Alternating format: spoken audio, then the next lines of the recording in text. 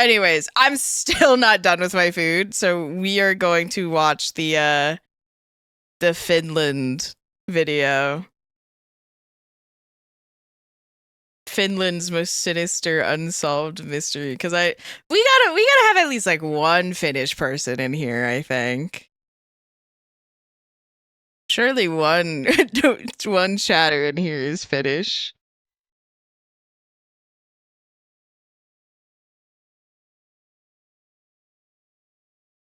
Damn, this video quality clear as fuck. The hell? On the 4th of June, never mind. 1960, 4 teenagers decide to camp at Lake Bodom in Finland. While their trip began...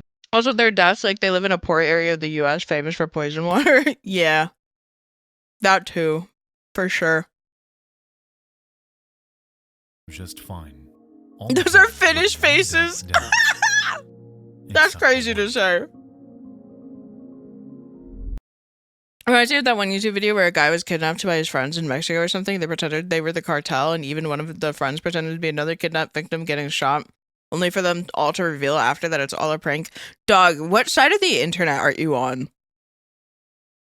Like, where where do you find these things? How do you and retain this information? It's a birthday prank. Happy birthday, bro! Let's fucking kidnap you. Let's traumatize you for life. Happy birthday! Like, what? Grab a snack and kick back, because tonight... Not the chomps, bro. It's sponsored. It's sponsored! Friends, to late nights with Nexpo. I should listen to his podcast. You awake from a shallow sleep. For a moment, you No, I'm think not. it's morning already. But then you remember, it's still night. This is some like ASMR roleplay shit. During the summer in Finland, midnight is indistinguishable from dawn. From where you lay inside your tent, the night sounds perfectly peaceful. Crickets chirp softly outside. Not far away, the lake's gentle waves lap rhythmically against the shore. It's idyllic. And yet, you can't shake the sense that something is wrong. I know. Something imminent. Then you hear it. A crunch of foliage outside the tent. Who up slapping their Then shores? a quick twang. Oh. The sound of a rope snapping. Okay, the Someone visuals is though, cutting the cords clean. that hold up your tent. Oh, I'd piss You try myself. to escape. But the tent is already collapsed down around you, smothering your cries. Shit, I'm looking to get my shorts slapped if you know what I mean. Wait, is this like his... Is this just like video form of his audio podcast?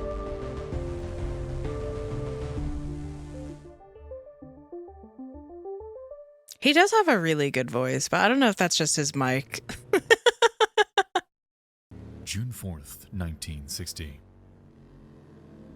A pair of motorcycles drive through the countryside of southern Finland. They had that back then? Carrying 4 teenagers Just kidding. in their camping gear. On one motorcycle sits Seppo Boisman and his girlfriend, Anya Tuliki Maki. Excuse The other is driven by Niels Gustafsson, with his girlfriend Mila Bjorklund in the back. Bjorklund. Mila's 16th birthday. is Bjorklund! coming up, so it's the perfect excuse for the friends to escape the city for a weekend camping trip. And soon, their destination, Lake Bodom, comes into view. Any Finns in the chat? It's about 3 kilometers long and 1 kilometer wide, surrounded by pine and birch trees that make it feel quite remote, in spite of its relatively close proximity to the city of Espoo. At an intersection near the lake, they stop at a roadside stand. The mature woman working the kiosk is less than pleasant to them. Oh. She seems wary of their group, and when asked, she suggests that they camp far away. Oh. Confused but undeterred, the group buys some soda and beer, then heads off to find a campsite, as planned. This sounds like some midsummer shit. As they pull away, Mila shoots a glance back at the stand. The woman is watching them go. Hell Mila no. finds herself wondering whether it's safe to camp here. She's already noticed that there are not many tents set up along the lakeshore. There are plenty of hikers and swimmers, and the occasional boat out on the lake. It seems odd that there aren't more overnight campers on the weekend. As they scoured the lakeshore for a campsite, Mila, Nils, Seppo, and Anya encounter a handful of day trippers. Anya? People there for hiking or fishing. Anya nerves? But they make sure to find a nice secluded space to set up. It's not long before they find the perfect spot. A small outcropping on the south shore. They're right by the watch water, football? No. but screened from public view by the trees. Motherfucker, do I look like I watch football? I'm a VTuber, bro. They lean their 2 motorcycles against nearby trees and pitch a small tent that's just big enough to fit them all inside. Mila keeps thinking back to the woman who sold them their drinks. The look she gave to the 4 of them. Her cryptic I watch basketball, warning. though. Mila hopes that they won't get in trouble for staying here. Since this is her birthday celebration, she'd feel awful if something happened. But her concern starts to evaporate as everyone settles in by the lake. So yeah, she does. She loves football and has bought every release of FIFA. Do you think he was talking about American football or the rest of the world football? What the hell? Just a question? And I gave you just an answer.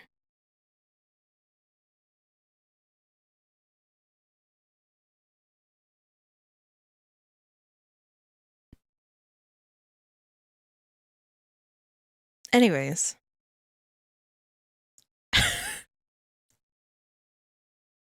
Did they lose the rights to the FIFA name? Did they? I know that there's a World Cup I don't know if it's like a finals, but I know like some part of the World Cup is happening in at MetLife Stadium in Jersey, and my brother wants to go because you know he likes soccer and all that stuff. Sorry, football. My bad.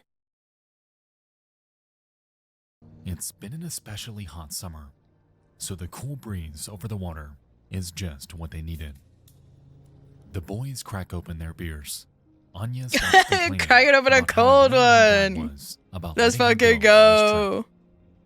trip. And finally, Mila relaxes as well.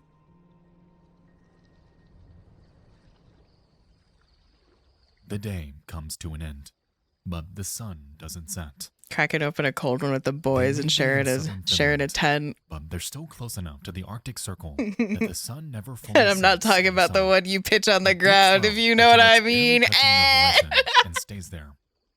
And as night falls, the sky dims to a sort of warm twilight, a phenomenon known as a midnight sun. All in all, it gives everything a beautiful, eerie look. Sex fast Ashby. By 2 a.m., both of the boys are drunk, and Anya is sleeping. It gives Mila enough privacy to make a quick entry in her diary, made possible by the light of the midnight sun. I would like to She see writes that at the least once boys in are my still life. Awake.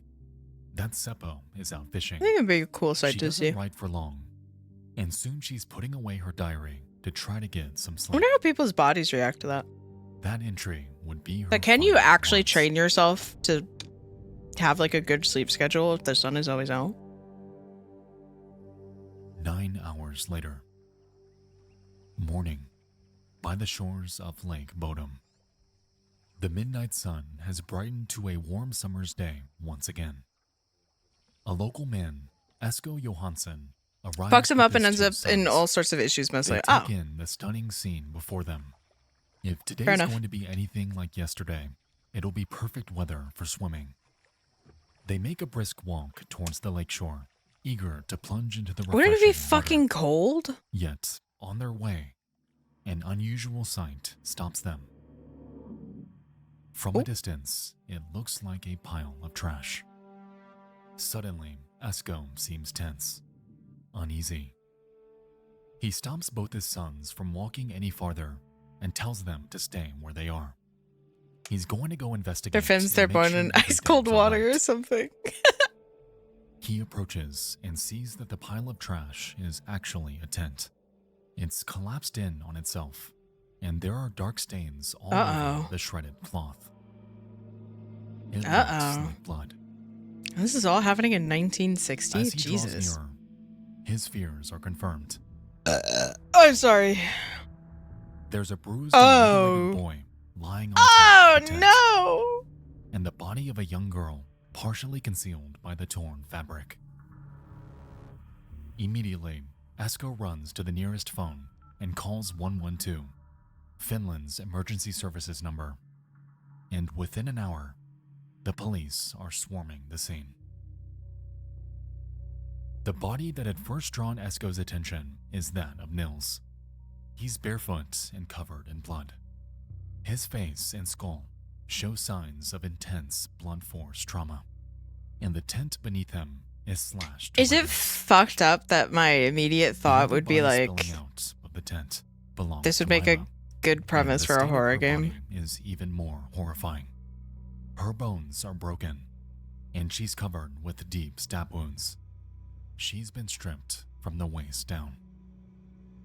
Yeah, but that's alright. Inside the Okay. tent, the police find both Seppo and We still Anya love you, with thanks. similar wounds all over their bodies, though none as extreme as Milas. Each of the teenagers have been Jesus stabbed and Christ. bludgeoned. They all have broken jaws and severely fractured skulls. While searching the tent, the police make a shocking discovery. Nils is still alive.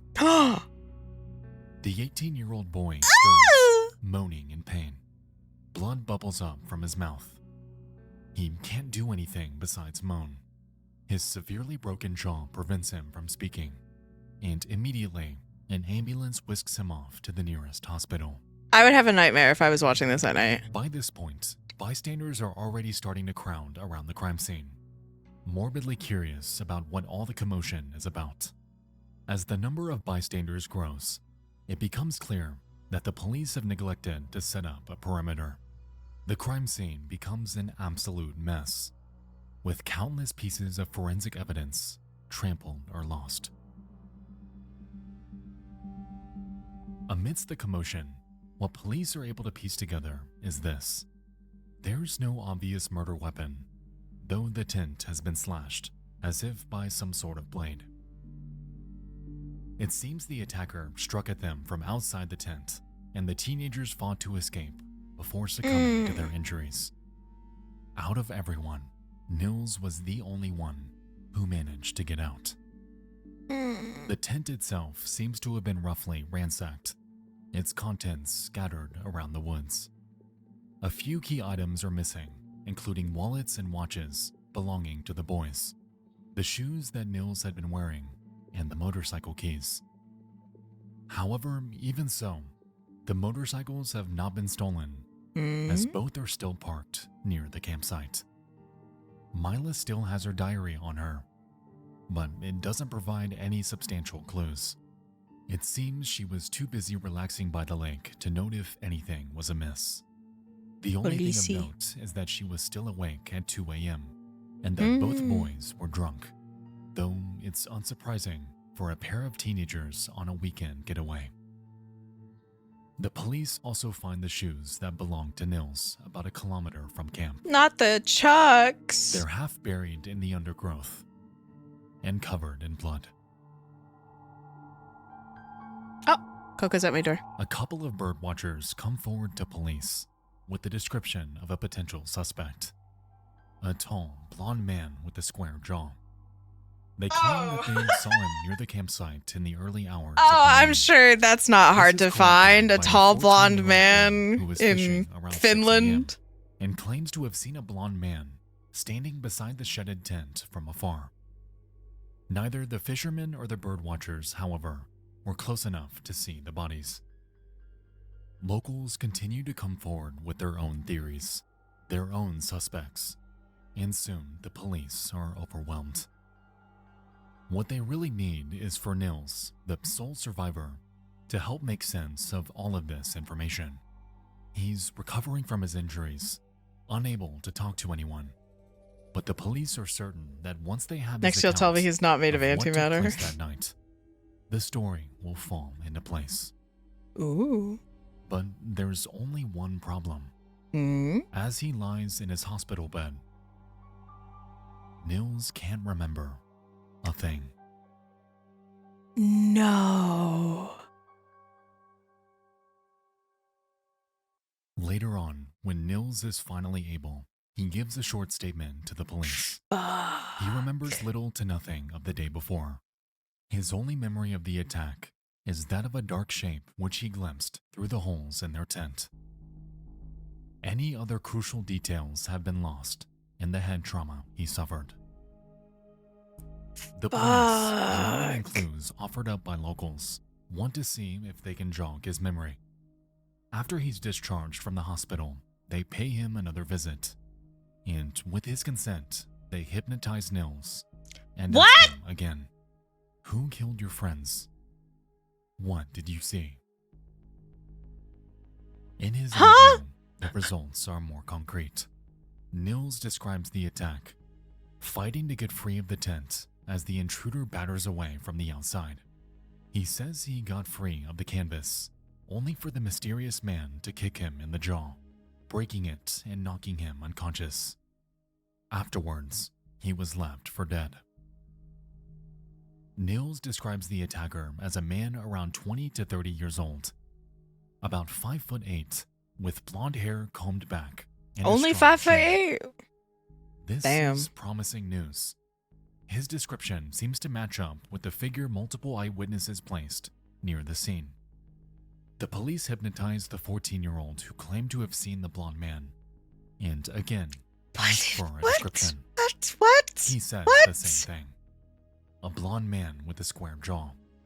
Using the descriptions given by Nils and the eyewitness, the police are able to create a rough composite sketch of the man they're looking for. The 3 deceased teens are buried the following week.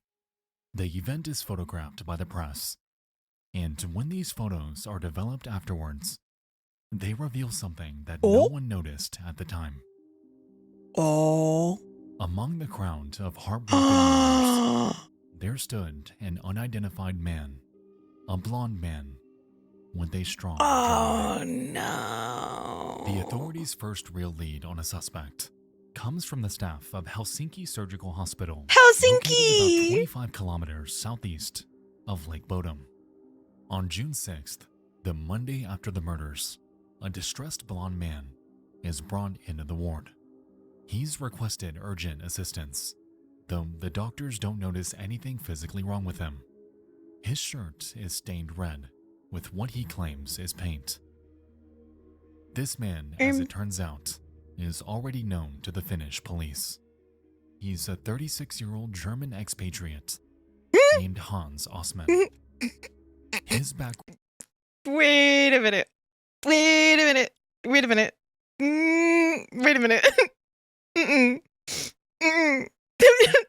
Sorry, 1960 German expatriate brother. Brother. Oh no. Ground is shrouded in mystery due to his habit of lying and exaggerating his past. Unsubstantiated claims Hans has made about himself include And he has a history of violence. When Ah, he fell in love with a Jewish woman, and that he was recruited by the KGB after the war. What? What? You can't make this shit up, bro. Brother, this is a Marvel, comic storyline, bro. What? His past. Unsubstantiated claims Hans has made about himself include that he was a Nazi guard at Auschwitz, was reassigned when he fell in love with a Jewish woman and that he was recruited by the KGB. They would not have just reassigned you. I'm pretty sure you'd fucking die. And then, like, claiming you went to the KGB? Nah. After the war. In spite of his suspect backstory, Hans has an airtight alibi. He claims he was with a girlfriend in Helsinki at the time, and she and her family You wouldn't know. She goes to a different school. confirm this story. It would have been nearly impossible for him to drive all the way to Lake Bodom, commit a gruesome crime, and get back to Helsinki without them noticing. The authorities dismiss him as a suspect. Programmed all that like Infinity Stones, Nazi, Auschwitz, KGB. What next? Something tells me it's a one-sided love. Confident that he's not the man they're looking for, and his red-stained clothes are never tested. Around this time, another suspect comes to No. attention. It's not that the KGB wasn't a thing, Faisad. It's that this guy is claiming he was a Nazi guard at Auschwitz. And, you know, first of all, by the way, let's also consider that age-wise, at least from the victim's recounting and the witness recounting, is that he looks anywhere between like 20 and 30 something. 20 and 35, I think, was their guesstimation. This is 1960. To have been a Nazi guard at Auschwitz, he would have been like fucking 12. He would have had to be like fucking Hitler Youth, if my math is correctly. They famously didn't have a youth program. I don't think they let the Hitler Youth become Auschwitz guards, but I could be wrong. Absolutely. And then to grow up but also to be Hitler Youth and fall in love with a girl in Auschwitz, a Jewish girl in Auschwitz. And then go to the KGB, the Russian KGB. And then somehow end up in Finland?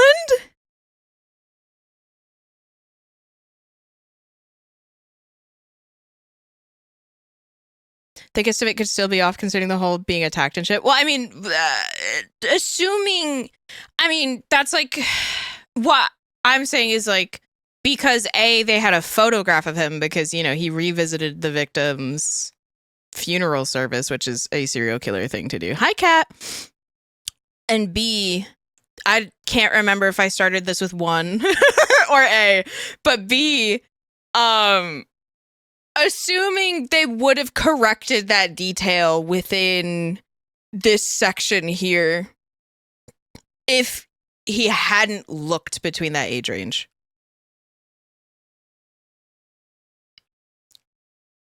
But yeah, like either this guy is like the world's most prolific, like fucked up man and serial killer, or he's just making shit up. It's a local named Carl Chilstrom. 50 years old, Carl owns the roadside stand that the 4 teens visited before heading to the lake. Though often day-to-day operations are handled by his wife and 12-year-old daughter, his wife had directly interacted with the victims on the day before the murder while selling them soft drinks and beer. Carl is the reason there were so few campers by that side of the lake. He's known to be a temperamental alcoholic who treats the shore of Lake Bodom like it's his backyard. I had a neighbor like that. I actually genuinely is one of my neighbors tried to privatize the public lake that I live next to. Because he was a real estate agent and he wanted only the people along the lake's shoreline to have access to the lake because he wanted to sell people access to the lake. Famously, this guy didn't end up winning that. I don't know if it lawsuit. I don't know. But he was just a dickhead, like, for the entirety of my life. I don't even know if he's still alive. Like, he could be. But he was, like, he is really old if he is still alive. But isn't that supposed to be public? Yeah. He was trying to privatize a public lake. Well, I mean, technically it's still private. Like, technically you can't go into the lake unless you have lake access, which is, like, only the people who live in the neighborhood surrounding the lake have lake access, but semantics. But yeah, so he tried privatizing the lake and selling because he wanted to sell people access to the lake to make money. Didn't win, but he was just a fucking dickhead for the entirety of my life because every time we would go to the lake, like as a family, whether it be like to fish or to swim or go boating, he lived right next to a lake access point that we would go through. And, you know, he would like come out of his like fucking yard bushes and basically just watch like people come in and out. And he would question you like, do you live here? And like because like we would be there often. So every single time we're like, my brother in Christ, we've lived here for 20 fucking years. How do you not know our faces by now? Get the fuck out of my face. With campers and day trippers over the years, and has been known to throw rocks at people, cut the cords of tents, and even fire warning shots with his shotgun. Crazy. He looks nothing like the blonde man in the police sketch, but otherwise he fits the perfect profile of someone who would have a violent outburst at noisy teens. On top of that, he lives just a mere 800 meters from the scene of the crime. However, he too has an alibi. Carl's wife claims that he was with her and their 2 children the entire night the murders took place. And Carl's 12-year-old daughter corroborates this story. No new leads turn up, and the case starts to grow cold. But like he was at the funeral. The Nazi guy was at the funeral. What do you mean? Hi. What's up? I know.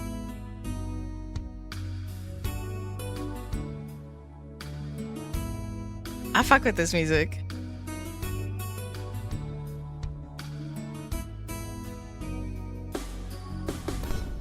Oh. August 1969. 9 years Sorry. after the murders by Lake Bodom. Carl Chillstrom is Carl back again, as usual. Carl, He's made no. his house a living hell for his wife and 2 kids. At the tail end of his most recent binge, his daughter, now 21, has had Okay, I enough. googled the word August The 2 too. of them get into a heated argument, during which she threatens to call the police. Carl leaves the house to cool off and finds a neighbor who will lend a sympathetic ear. The 2 men spend the afternoon together, and their conversation eventually turns serious. Is it the Extremely Nazi? serious. Is the Nazi the Carl neighbor? confesses that something has been quietly eating away at him for years. Oh.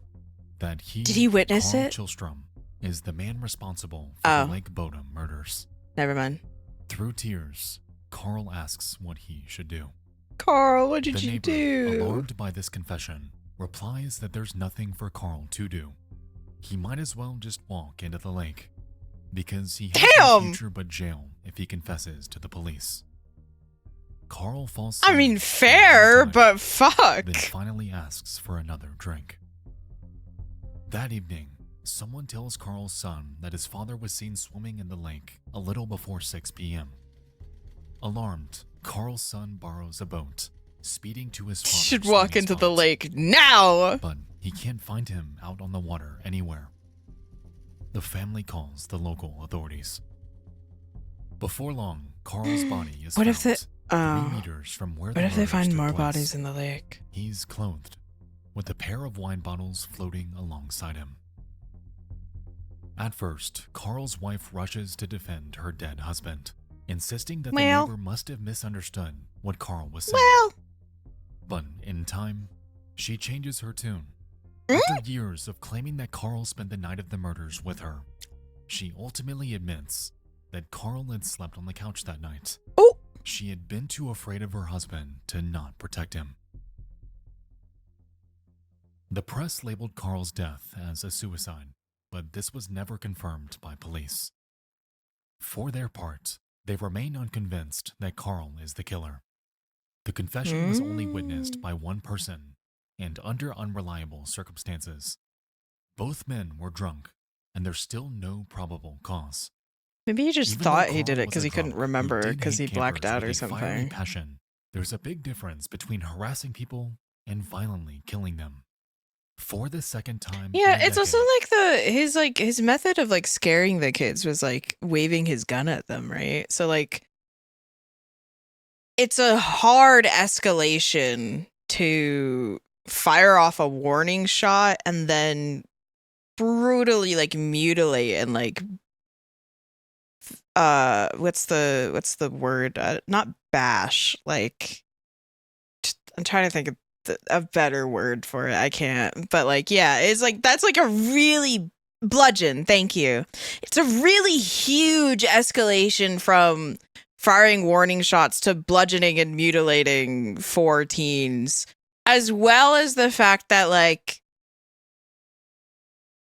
he clearly prefers to use the gun. Why would he not have just used the gun? So yeah, that's just an escalation that doesn't really make sense. they dismiss the possibility that Carl Tillstrom is a killer. Meanwhile, the other long-dismissed Lake Bodom suspect, Dude. Hans Osman, actively cultivates a reputation as a Lake Bodom boogeyman. He eagerly tells fanciful, unverifiable stories of his life to true crime magazines. He claims What? What?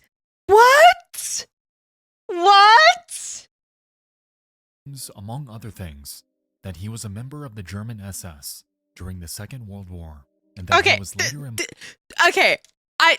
Calculator. 1960 versus what? The war ended in 45. He would have been 15. There's no way you were a part of the SS at 15 and then went on to be a fucking KGB member, bro. It just doesn't make sense. employed by the KGB.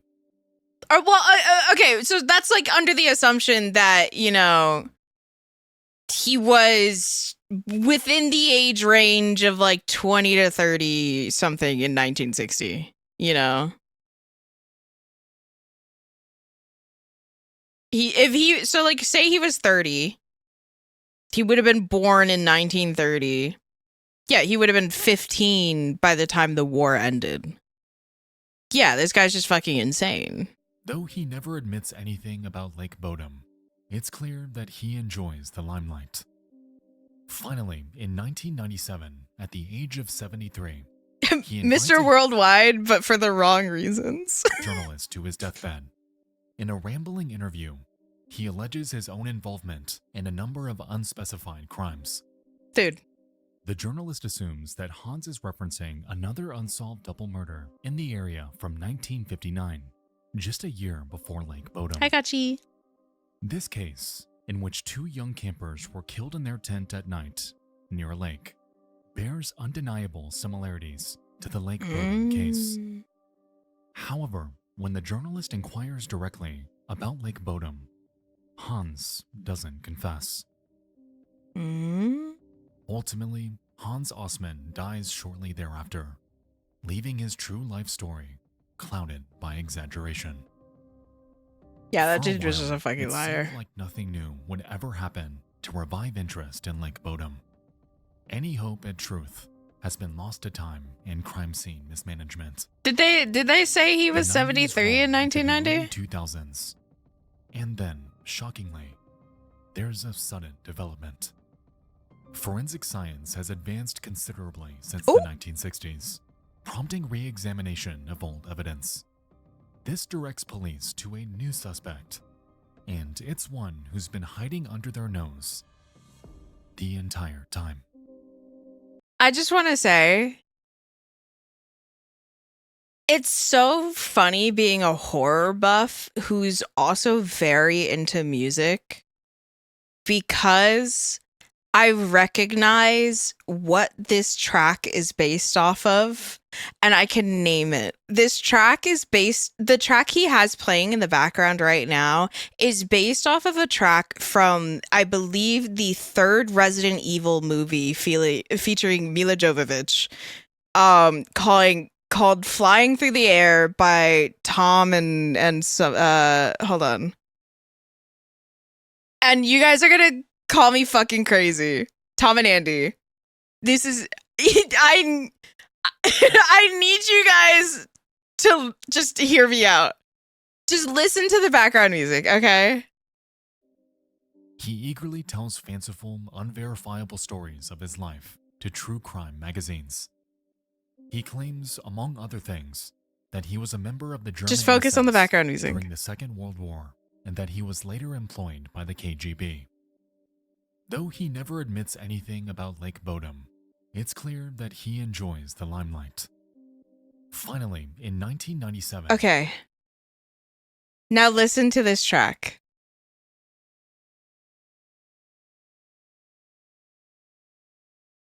Okay, and then back to the music. At the age of 73, he I'll even invites a turn it journalist up. to his deathbed.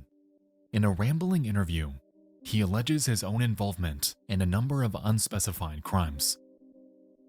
The journalist assumes that Hans is referencing another unsolved double murder in the area from 1959, just a year before Lake Bodom. This case, in which two young Okay, campers and then back to the music, back to the song. You have to tell me you hear it. You have to tell me you hear it.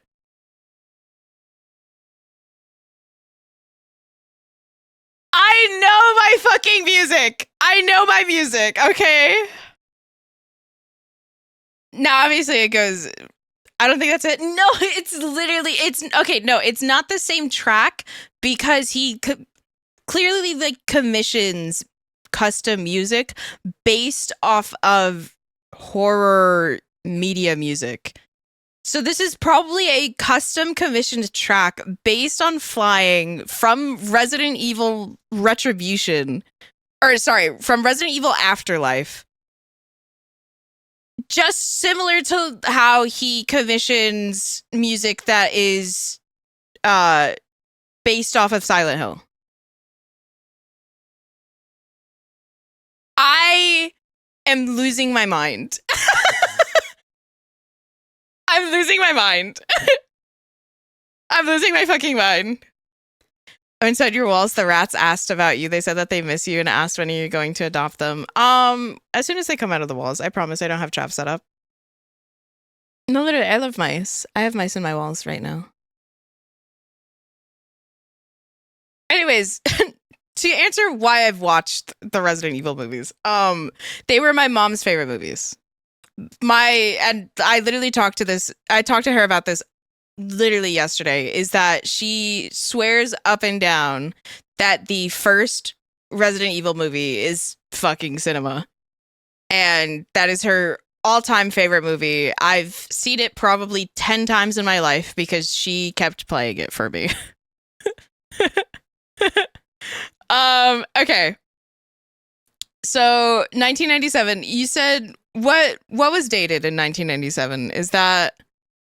Was that when he was, how old was he in 1997? year before Lake solved double murder in the area from 1959, just a year before Lake Bodom.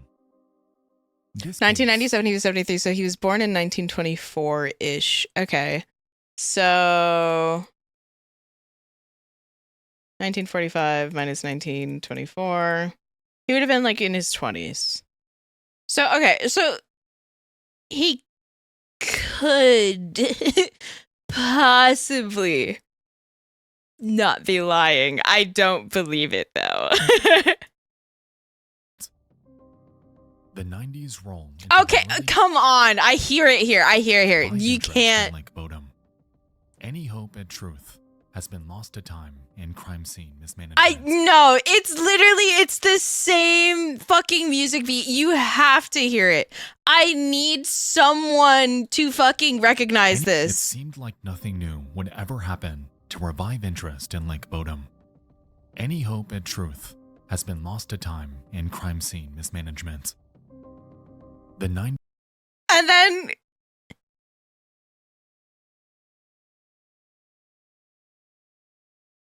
no, it's literally the song pitched up, but only the intro part repeating.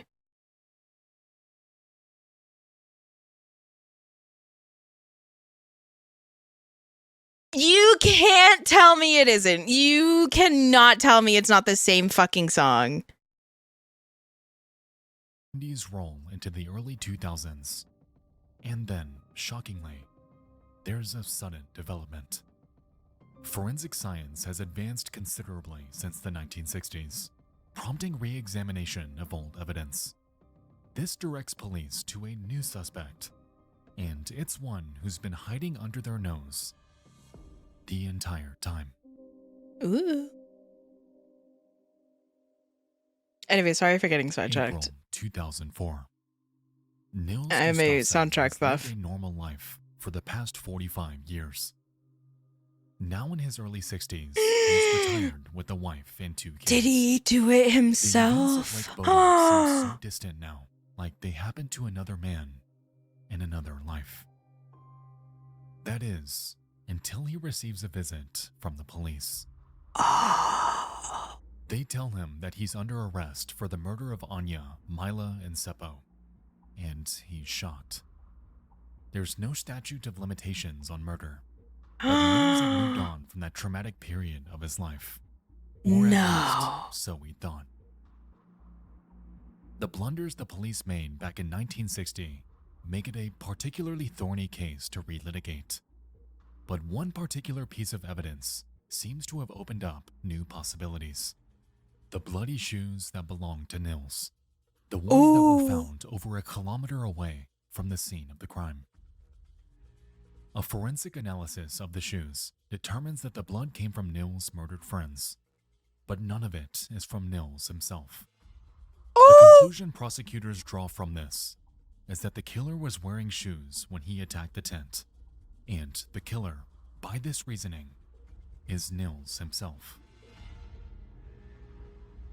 The original description Nils gave of the attacker, that of the blonde man with the square jaw, is no longer considered relevant, as it was given under hypnosis. Yeah. And so, Nils is held in jail for a That's year, true. preparing for his defense. While he waits, the case becomes a media sensation. Long dormant speculation about the murders splashes across tabloid headlines. It's now where they have a juicy new angle to explore in this case. Why would you say The juicy? lurid Why? story of a teen Don't describe who it murdered like his that. girlfriend and got away with it for 45 years. August 2005. The trial Succulent begins. new angle. The prosecution paints a damning story of what happened almost a half-century ago. They theorize that June 4th was a tense day by the lake. Nils had gotten drunk and became aggressive, fighting with his girlfriend Mila. It's a real, It got so bad that he was exiled by the others from their real shared tent. crazy aggressive After urge midnight, Seppo for someone who attempted to calm them seemingly down. has no. This was unsuccessful, aggressive priors. sparking a fight between the two boys. Seppo had won this fight, explaining the blunt force trauma that Nils suffered to his jaw and skull. Seppo then returned to their tent, leaving the defeated Nils behind. Sometime If he did, okay, wait, hold on. And we might find this out in a bit, but also, if he got into a fight with the guy prior to killing everyone and he got his jaw dislocated, you would think he would be bleeding a little bit somewhere. Like, there's no way he got none of his blood on his shoes, right? Time after 4 a.m., when he was sure the others were asleep, Nils returned to the tent with a knife and a rock. He viciously stabbed and bludgeoned his friends to death, then made it look like a burglary.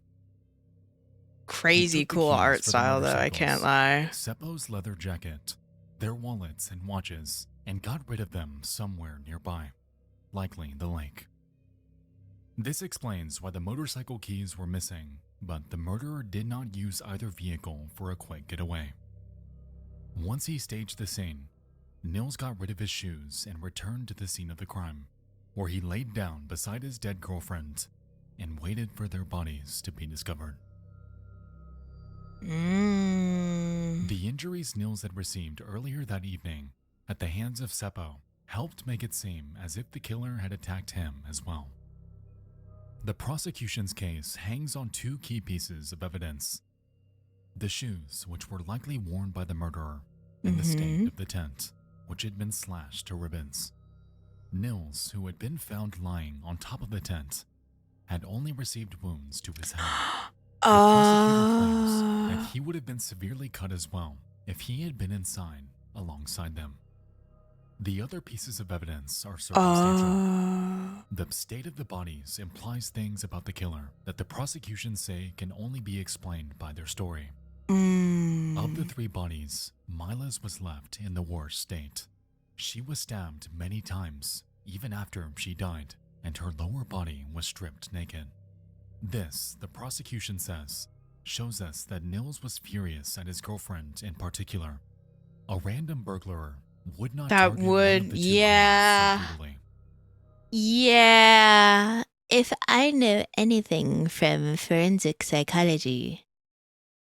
Usually the first and or the most brutal victimizations are the ones that they have a personal vendetta for and are the true target of the aggression.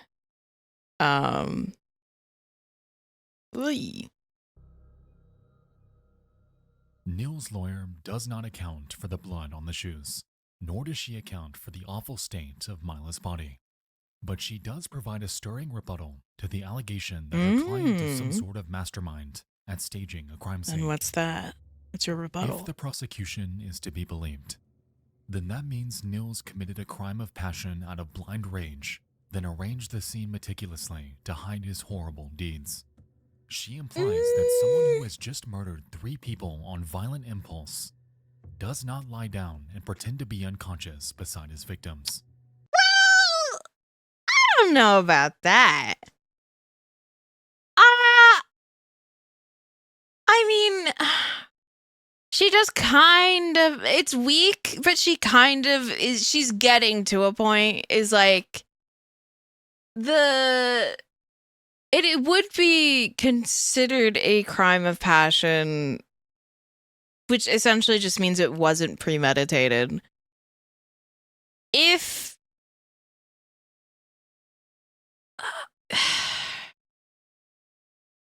but like, that's the thing, is like, yeah, it might not have been premeditated, but that doesn't mean the post act he wouldn't have a clear mind after, because like, I don't know, after brutally murdering 3 of your friends and then setting up the crime scene to make it look like you were a part of it, I feel like after that time has passed, yeah, you would probably have a clear enough head. Yeah, post-murder clarity, essentially. You would have a clear enough head to set up the crime scene to make it look as if you were also a victim. Like, it's weak. It's a weak argument, but it does technically throw out the circumstantial evidence. Besides, there's a factor that the prosecution has completely overlooked.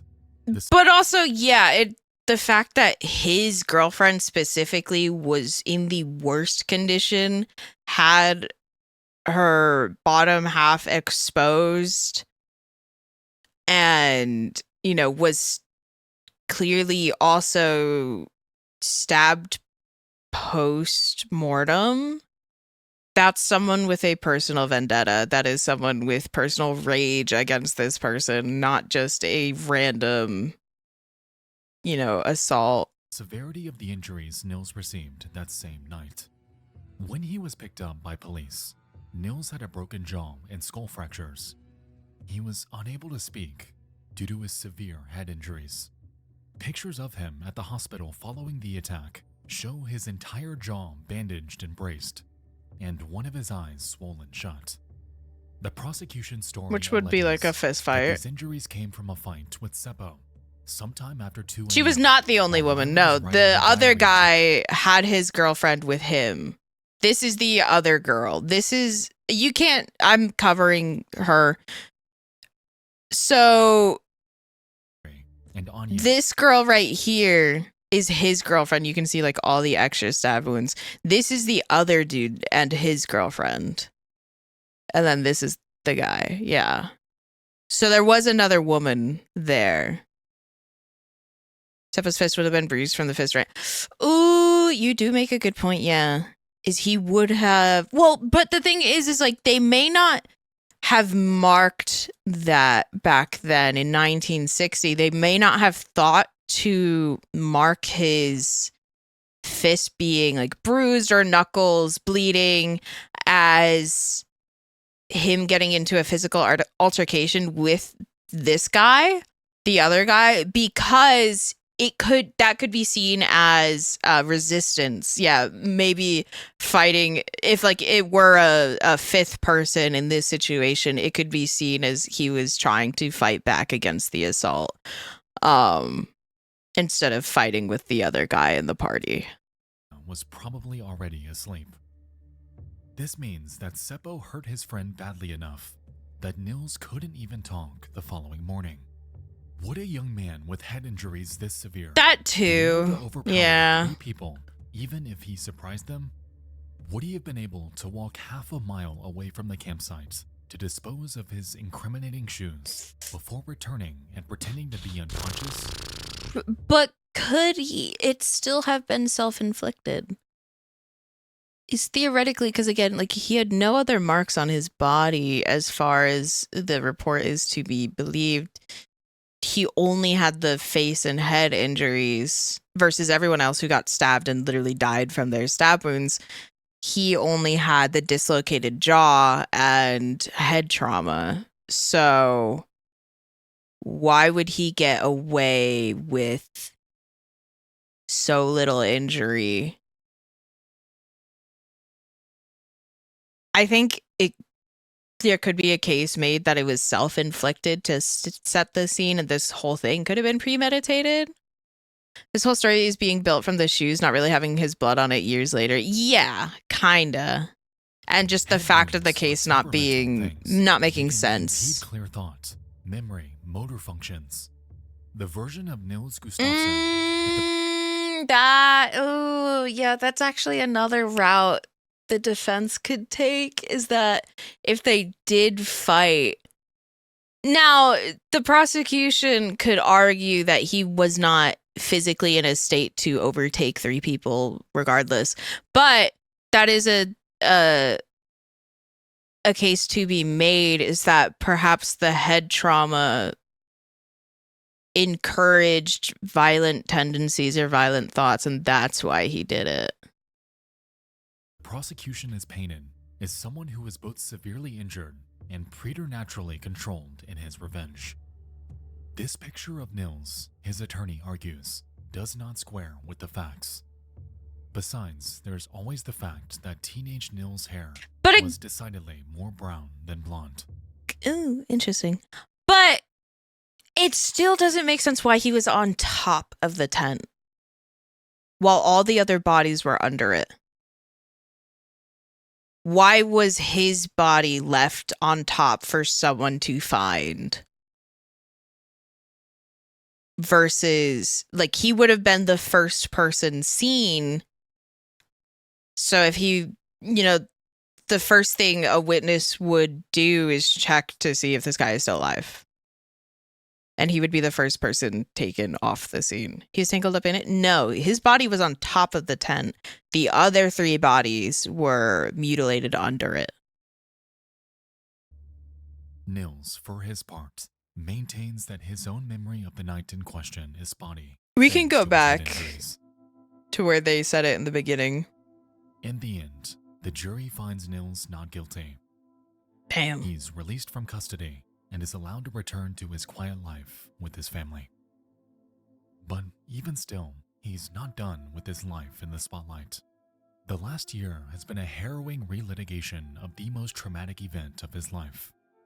And so, Nils sues the Finnish government for unjustified imprisonment. The case is settled, and Nils walks away with the payment of nearly 45,000 euros. Huh? Nils' life eventually goes back to normal, and his innocence is never questioned again. So, who's responsible for the Lake Bodom murders? Was it Hans Osman, the unreliable attention seeker, who loved to imply that he knew more than he let on, even making many suspicious statements on his deathbed? Was it Carl Chillstrom, who was often violent towards campers at the lake he considered his property? Was it Nils Gustafsson, who committed a crime of passion that could never be proven in court? Or was it a random person, long since disappeared, somewhere in Finland? Curiously, another suspect came to light in the late 1960s, just a couple months before Carl took his own life. A man named Pentti Soininen, who hanged himself while in prison. For many years, he bragged to fellow inmates that he committed the Lake Bodom murders. We're gonna just... He did indeed grow up near Lake Bodom, but otherwise his claims were given little credence by police. I don't think Twitch is gonna like that one. Soininen was only 14 or 15 years old at the time of the murders, and it seems unlikely he could have overpowered 4 people, 2 of whom were 18-year-old men. Though guilty of plenty of other crimes, Soininen is considered innocent in the Lake Bodom murders. However, his alleged confession shows a chilling possibility. Perhaps the murderer's name was never known to police at all. The tall blonde man, supposedly on the shores that morning, and allegedly photographed among the crowd at the funeral in 1960, was never identified. Even if he was just a bystander who looked suspicious to passers-by. So it wasn't the Nazi guy at the funeral. A nameless face in the crowd that helped trample evidence after the killing. And lest we forget, the murder weapon has, to this day, never been found. Wherever it lies. I wonder if whether they at checked the bottom of lake. Bodom, Yeah. on its shores, or somewhere else entirely. It was 1960. They probably didn't have the gear to dive into the lake to check for a murder weapon. I'm sure there's probably bodies in that lake, to be honest, but...